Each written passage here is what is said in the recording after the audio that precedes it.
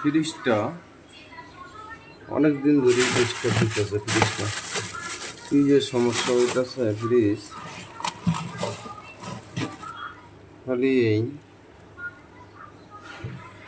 এখানে যে বরফ জমতে আসছে কিন্তু অটো বন্ধ হইতেছে না, এই সমস্যা। বরফ জমে যাচ্ছে পুরা, এরপরে আস্তে আস্তে আস্তে আস্তে আস্তে আস্তে নিচে পানি জমে যেতেছে, এখানে পানি জমে যেতেছে।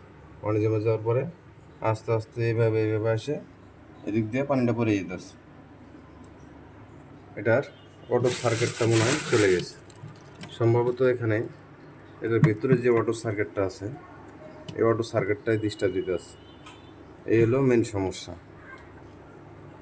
মিস্ত্রি দেখায় অটো সার্কিটটা লাগাইছি, লাইট লাগালাম, তারপরও এটা সমাধান হয় না।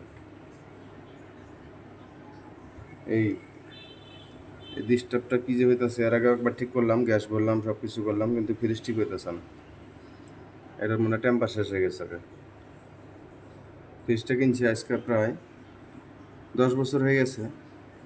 10-15 বছর তো কি, 18 বছর এরকম হবে। ভালো বয়সে দিচ্ছে ফ্রিজটা। Digital fridge,